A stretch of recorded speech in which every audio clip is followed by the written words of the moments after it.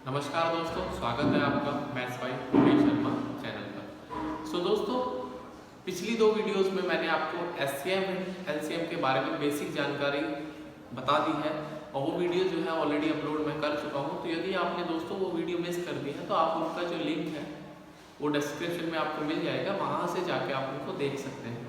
तो दोस्तों, जैसा कि मैंने पहले ही बताया कि आपको यूपीएसआई का जो मैथ्स है उसका सिलेबस मैं कवर करने वाला हूँ और बिल्कुल ऑनलाइन क्लासेस ये चल रही हैं। यूट्यूब पर ये क्लासेस अवेलेबल होती हैं और ये रिकॉर्डिंग क्लासेस होती हैं, तो आप इनको एंजॉय कर सकते हैं, इनका बेनिफिट ले सकते हैं और अपने दोस्तों के बीच में भी इनको शेयर कर सकते हैं। क्योंकि हालांकि अभी सिर्फ एडवांस नोटिफिकेशन आया है यूपीएसआई का, बट 1 अप्रैल से फॉर्म भरे जाएंगे। बट ऐसा थोड़ी है कि जब फॉर्म भरे जाएंगे, जब फॉर्म की लास्ट डेट होगी उसके बाद से आप अपना बोरिया बिस्तर उठाएंगे और पढ़ना शुरू करेंगे।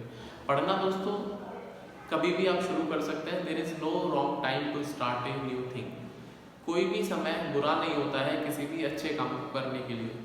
दोस्तों, यदि आपने ये ठाना है, ये सोचा है कि आपको मेहनत करनी है, आपको यूपीएसआई का पेपर क्रैक करना है, तो उसके लिए ज़रूरी है कि आपको एक प्रॉपर स्ट्रेटेजी फॉलो करनी पड़ेगी और जो स्टिपुलेटेड टाइम है, जो निर्धारित समय है जो कि बचा हुआ है अब से लेके एग्ज़ाम के दरमियान तक, आपको उसमें अपने आप को बेस्ट देना पड़ेगा। तभी ये मान के चलिए कि आप कंपटीशन में आ पाएंगे और आपका सिलेक्शन हो पाएगा। तो दोस्तों, आज के टाइम पे इतनी बातें इंपॉर्टेंट हो गई हैं कंपटीशन को लेके कि दिन ब दिन कंपटीशन का जो लेवल है वो बढ़ता ही जा रहा है और इसके लिए जो इम्पॉर्टेंट बात यह है कि आपको मेहनत करनी पड़ेगी। यदि आप ये सोचते हैं कि प्रीवियस ईयर के क्वेश्चन लगाने भर से आपका सिलेक्शन हो जाएगा या उतना पढ़ने भर से आपका काम चल जाएगा, तो मैं आपको बिल्कुल भी ये रिकमेंड नहीं करूँगा, ना ही मैं आपको ये सजेस्ट करूँगा कि आप सिर्फ प्रीवियस ईयर के भरोसे बैठिए और वहाँ से सवालों को करके अपना पेपर लगाने चले जाइए। दोस्तों, ज़रूरी है कि इस बदलते पैटर्न में, जहाँ पे एग्ज़ाम के पैटर्न चेंज हो रहे हैं पिछले साल के मुकाबले इस साल के पेपर में और अगले साल के जो पेपरों में, क्योंकि ट्रांसफॉर्मेशन हो रहा है, बच्चे अच्छा पढ़ के आ रहे हैं, तो जो एग्जामिनर है उनको भी ये सोचने के लिए ज़रूरी है, उनको भी स्क्रीनिंग करने के लिए पेपर का लेवल बढ़ाएं। उसमें कोई डाउट नहीं होना भी नहीं चाहिए और उसमें कोई बुराई भी नहीं है, क्योंकि जब तक पेपर का लेवल नहीं बढ़ेगा एक फेयर कंपटीशन होने वाला नहीं है। यदि एग्जाम में 2+2 पूछा जाए तो दुनिया भर के तमाम बच्चों को पता है कि सर वो 4 होता है। तो ऐसे सवाल यदि एग्जाम में आ भी जाएंगे तो मेरे हिसाब से उसमें कट ऑफ भी बढ़ने के चांस रहते हैं और दूसरा फेयर कंपटीशन नहीं रहता है, क्योंकि जो आपकी मेंटल स्किल है, मान लो एक बच्चा बहुत अच्छा है पढ़ाई में और एक बच्चा एवरेज लेवल का है या बिल्कुल डाउन लेवल का है और यदि ऐसे सवाल आ जाते हैं जो कि दोनों बच्चे कर पाएंगे, तो उसमें क्या है, वो फेयर कंपटीशन नहीं रहता है। तो दोस्तों, इसी बात को ध्यान में रखते हुए आपको ज़रूरी है, मैं ये नहीं कह रहा कि आप मेरे चैनल से ही पढ़िए या मुझसे ही पढ़िए, बट फिर भी ये है कि आप जहाँ से भी पढ़िए दोस्तों, बट मन लगा के पढ़िए, इधर उधर की बातों में इन्वॉल्व नहीं होइए, सोशल मीडिया को थोड़ा सा त्याग दीजिए, क्योंकि ये सारी चीज़ें वो हैं जो कि आपको एक अच्छे सक्सेसफुल पर्सन की तरफ ले जा सकती हैं और आपका जो गोल है, आपका जो टारगेट है, आपका जो एम है, आप उसको अचीव कर सकते हैं। आज की वीडियो की मैं बात करूंगा दोस्तों, तो आज मैं आपको परसेंटेज के बारे में बताने वाला हूँ। परसेंटेज चैप्टर दोस्तों इम्पॉर्टेंट चैप्टर इसलिए बन जाता है क्योंकि परसेंटेज का जो स्कोप है बहुत वाइड है। बहुत वाइड इसलिए है दोस्तों, compound interest, simple interest, time and work, time speed and distance और एलिगेशंस, मिक्सचर, इतने सारे चैप्टर्स हैं जिसमें परसेंटेज का रोल बहुत इंपॉर्टेंट हो जाता है। यदि आप दोस्तों परसेंटेज को अच्छे से नहीं जानेंगे, उसको नहीं समझेंगे, तो आपके लिए मुश्किलात होने वाली हैं और ये जो मुश्किलात है और बढ़ती भी चली जाएगी जब आप दूसरे चैप्टर्स करोगे, परसेंटेज को अच्छे से नहीं समझोगे। तो दोस्तों, बिल्कुल कॉपी पेन उठा लीजिए और परसेंटेज हेडिंग लगा के बिल्कुल बेसिक से बारीकी से हर एक बात मैं आपको बताने वाला हूँ परसेंटेज चैप्टर से जुड़ी हुई। तो आप क्या करिए, कॉपी पेन उठा लीजिए और परसेंटेज हेडिंग लगा के सारी बातें जो मैं आपको बताने वाला हूँ उनको नोट करते रहना और उसके बाद हम क्वेश्चंस भी करेंगे। एससीएम एंड एलसीएम की 2 वीडियो है जिसमें मैंने ऑलरेडी वो जो एक थ्योरी वाला पार्ट है वो समझा चुका हूँ। 3-4 क्वेश्चंस भी कराए, आने वाले सेशन में और भी क्वेश्चंस मैं उसके कराऊंगा। मेरा दोस्तों जो मोटो है, मेरा जो टारगेट है वो ये है कि आपको क्वेश्चन से ज़्यादा रूबरू कराया जाए, किस तरह के क्वेश्चन आते हैं, किस तरह के क्वेश्चन आ सकते हैं, प्रीवियस ईयर में क्या क्वेश्चंस थे, अभी करंट में ट्रेंडिंग क्वेश्चंस क्या चल रहे हैं, उससे क्या होगा, उससे आपकी ओवरऑल जो तैयारी है दोस्तों वो पाएगी। ठीक है, तो चलिए स्टार्ट करते हैं आज की वीडियो। आपसे रिक्वेस्ट बस इतनी सी है कि वीडियो पसंद आती है तो दोस्तों उसको लाइक और शेयर जरूर करा करो और यदि आपके दोस्त मेरे चैनल के साथ जुड़ना चाहते हैं तो आप उनको मेरा जो चैनल का लिंक है वो शेयर कर दीजिए, वीडियो का लिंक है उसको शेयर कर दीजिए और उनसे बोलिए कि चैनल को सब्सक्राइब कर लें और जो नीचे लाल वाला बटन है सब्सक्रिप्शन का उसको दबा के और जो एक बेल आइकन है उसको भी दबा लें। उससे आपको कोई दोस्तों नुकसान नहीं होने वाला है, बल्कि फ़ायदा ये होगा कि जो वीडियोज़ जब मैं अपलोड करता हूँ तो आपको उनका नोटिफिकेशन टाइम से मिल पाएगा और आप जो है पढ़ाई रेगुलरली कर पाएंगे। ठीक है, तो बात करते हैं परसेंटेज चैप्टर की।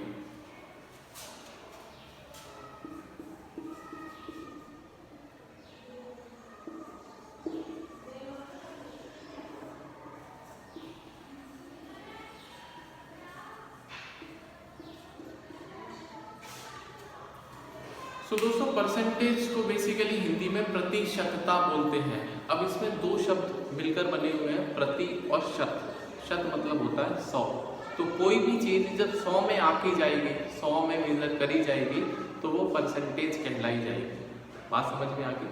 और 100 का मतलब होता है उस चीज की कंप्लीट जानकारी, मतलब कंप्लीट, यदि मैं उस चीज को कंप्लीट एक तरह से यूनिट लेता हूँ तो उस यूनिट में से कितना पोर्शन है अवेलेबल या कितना पोर्शन आप किसी को दे रहे हैं, किससे ले रहे हैं, वो सारा होता है परसेंटेज।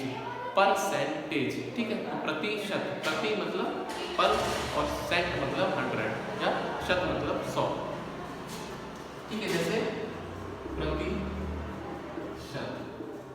तो शत मतलब होता है 100 और प्रति मतलब 100 में से कितना पोर्शन।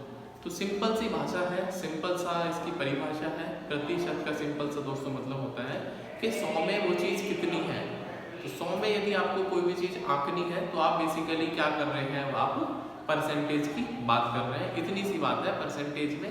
आइए बात करते हैं कि परसेंटेज को हम कैसे फ्रैक्शन में कन्वर्ट कर पाएंगे और कैसे हम फ्रैक्शन को परसेंटेज में कन्वर्ट कर पाएंगे। क्योंकि यदि आपको ये आ गया तो आप मान के चलिए कि आपको अर्थमेटिक 50% से ज़्यादा आपको आ जाएगी। क्योंकि परसेंटेज के जो कंसेप्ट हैं वो हर जगह अप्लाई होते हैं, चाहे अर्थमेटिक की। क्योंकि जो क्वेश्चन सेटर होता है वो क्या करता है, आजकल एक चैप्टर से क्वेश्चन नहीं देता, वो मिक्स चैप्टर के जो कंसेप्ट है एक क्वेश्चन में लगा के देता है। तो आपको मिक्स कंसेप्ट पे कमांड करनी पड़ेगी। यदि आप कमांड नहीं कर पाएंगे मिक्स कंसेप्ट पे तो आपको प्रॉब्लम फेस होने वाली है। ठीक है, तो दोस्तों हम बात करते हैं कि हम कैसे परसेंटेज को फ्रैक्शन में कन्वर्ट करने वाले हैं। परसेंटेज को कैसे हम फ्रैक्शन में कन्वर्ट करने वाले हैं। ठीक है, तो यदि आपको दोस्तों परसेंटेज को फ्रैक्शन में कन्वर्ट करना है तो आपको क्या करना पड़ेगा, डिवाइड बाय 100। जैसा कि मैंने आपको बताया कि आपको 100 से भाग लगाना पड़ेगा, क्योंकि परसेंटेज का मतलब ही होता है दोस्तों 100 से भाग लगाना। फॉर एग्जांपल जैसे मैं बात करता हूँ 40%, ठीक है। तो दोस्तों जो 40% है बेसिकली ये 100 का 40% है। क्योंकि कोई भी चीज़ आप परसेंटेज में, ये बात क्लियर है कि आपको जो चीज़ें मेजर करनी है वो विद रिस्पेक्ट टू 100 ही मेजर करनी है। तो दोस्तों 40% होता है 40/100 और यदि मैं इसको फ्रैक्शन में कन्वर्ट कर पाऊंगा तो 2/5 कितना आएगा, 2/5। ठीक है, और एग्जांपल लेते हैं जैसे 60% होता है। तो दोस्तों 60% को भी आपको यदि फ्रैक्शन में कन्वर्ट करना है तो 3/5 हो पाएगा। कितना हो पाएगा, 3/5 हो पाएगा। मान लो 10% है या 15% है तो 15% भी दोस्तों कितना होगा, 15/100 और आप इसको 3/20 लिख पाएंगे। तो दोस्तों अभी हमने देखा कि किस तरह से हम परसेंटेज को हम फ्रैक्शन में कन्वर्ट कर पा रहे हैं। और यदि आपको ये चीज़ें आ गई, आपको ऐसा नहीं करना कि बार बार एग्जाम में 100 से डिवाइड करके देखना है। आपका जो थिंकिंग लेवल है वो इतना होना चाहिए कि आपको देखते ही ये समझ में आना चाहिए यार 40% है ये 2/5 होता है, यार 50% है ये 1/2 होता है, यार ये 12.5% है ये 1/8 होता है, ये 37.5% है ये 3/8 होता है। तो ये चीज़ें कैसे आएंगी मैं आपको बताऊंगा, बिल्कुल आप चिंता ना करिए। मेरे चैनल के साथ बस आप वीडियो पूरा देखिए और जितना भी मैं पढ़ाता हूँ 15-20 मिनट 25 मिनट उसमें आपको चीज़ें समझ में आ जाएंगी, ये मेरी गारंटी है। इस बात को आप यकीन मान के चलिए, ठीक है। तो अभी तो फिलहाल हमने ये जाना बेसिक तरीके से कि किस तरह से हम परसेंटेज को फ्रैक्शन में कन्वर्ट कर पा रहे हैं। अब जैसे कि कुछ स्टैंडर्ड फ्रैक्शन या परसेंटेज आपको याद होने चाहिए, ठीक है। क्यों याद होने चाहिए? जैसे कि जो 100% होता है दोस्तों, 100% होता है दोस्तों 1, तो 200% भी दोस्तों कितना होता है? 2 होता है, ठीक है। ये तो जो 100% जैसा कि मैंने बताया कितना होता है? 100% दोस्तों 1 होता है।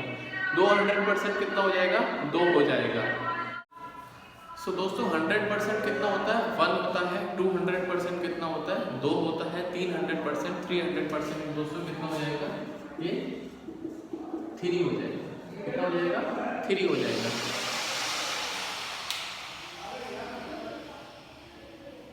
300% दोस्तों कितना हो जाएगा? 3 हो जाएगा। अब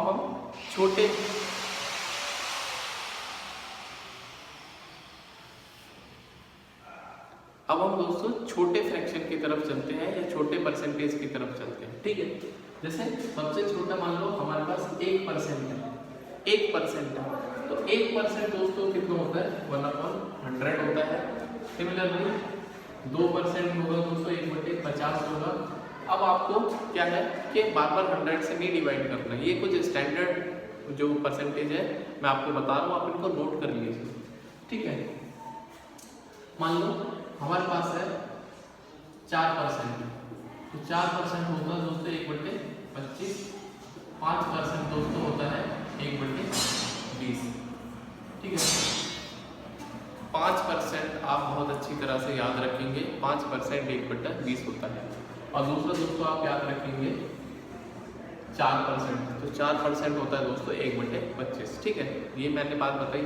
अब मैं एक क्यों बोल रहा हूँ 5% को याद रखने के लिए, क्योंकि जैसे आपसे बोला गया आपको 15% निकालना है दोस्तों, आपको 15% निकालना है। तो दोस्तों ये जो 15% है ये 5 का 3 गुना ही तो है। 5 तिया 15, 5 दूनी 10, 5 तिया 15, 5 चौक 20, 5 25, 5 6 30, 5 7 35, तो मतलब ये 5 के मल्टीपल्स है, ठीक है। तो आपको ये नहीं है कि बार बार आपको 100 से डिवाइड करना है, आप 5% का वैल्यू आपको याद होना चाहिए, 1/20 होता है, ठीक है। तो दोस्तों 15% जो रहेगा वो 3 का मतलब 3 गुना रहेगा 5% का।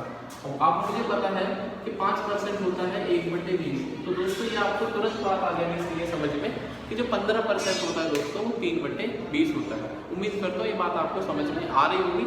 अभी मैं सिंपल फ्रैक्शंस या सिंपल परसेंटेज की बात कर रहा हूँ। धीरे धीरे जो डेसिमल है और जो फ्रैक्शन वाले परसेंटेज है उनको भी मैं लेके आऊँगा, बट उसके लिए ज़रूरी है कि पहले आप चीज़ों को अच्छी तरह से समझिए और जो सिंपल चीज़ें पहले उसको समझिए, क्योंकि हर एक मुश्किल चीज़ सिंपल चीज़ों से मिलकर बनी हुई होती है।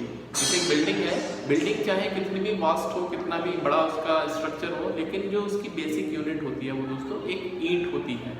तो यदि ईंट को नहीं समझोगे, ईंट को किस तरह से अलाइन करना है वो नहीं समझोगे, तो आप बिल्डिंग बनाना मुश्किल हो जाएगा, ठीक है। तो ये बेसिक बातें हैं जो कि आपको समझनी चाहिए।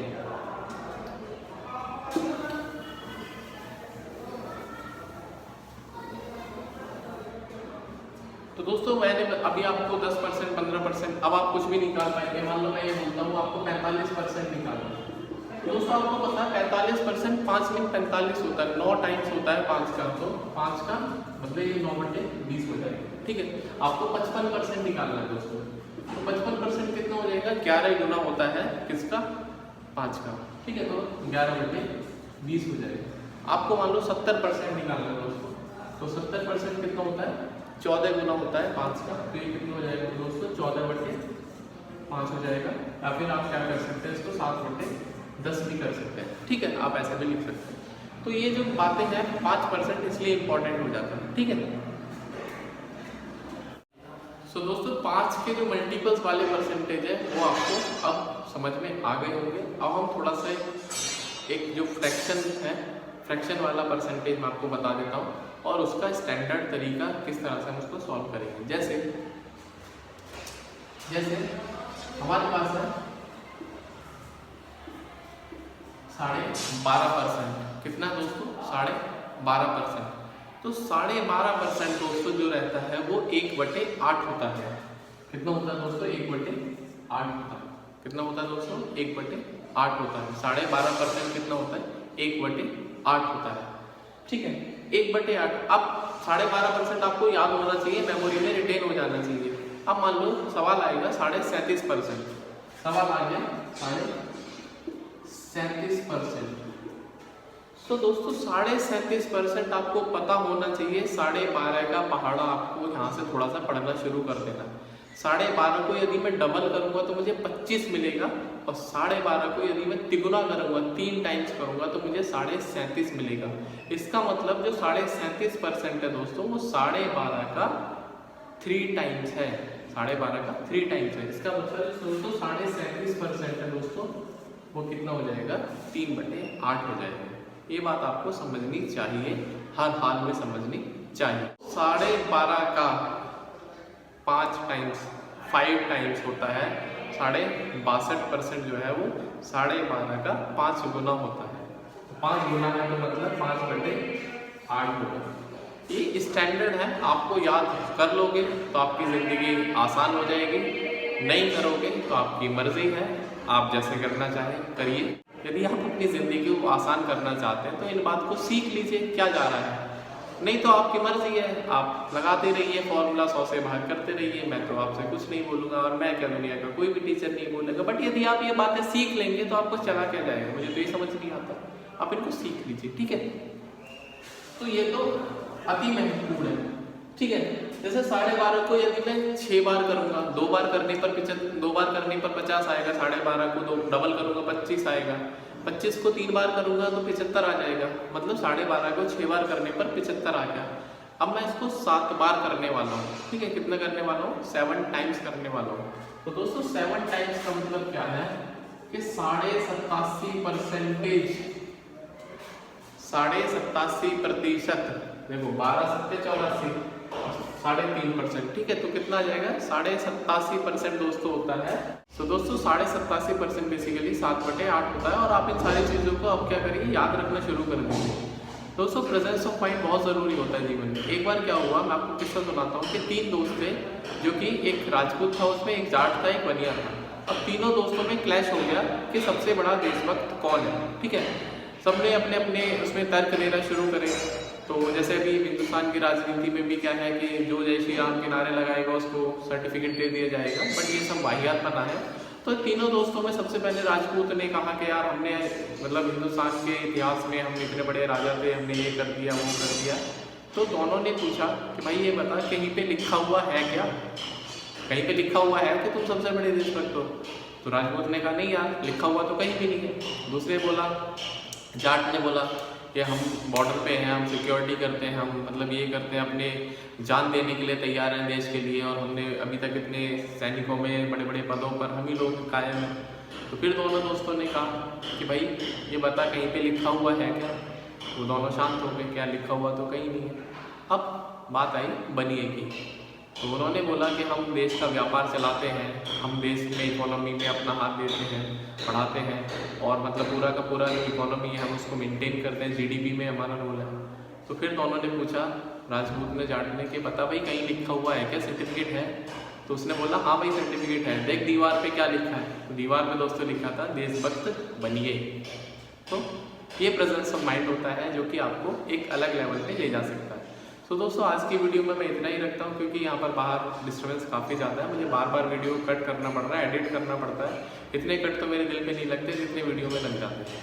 तो मिलते हैं नेक्स्ट वीडियो में, तब तक के लिए अपना ध्यान रखिए। Bye bye, take care, and please channel को सब्सक्राइब करें यार, और दोस्तों को शेयर करें वीडियो, और पसंद आई है तो उसको लाइक और शेयर जरूर करें। Bye bye.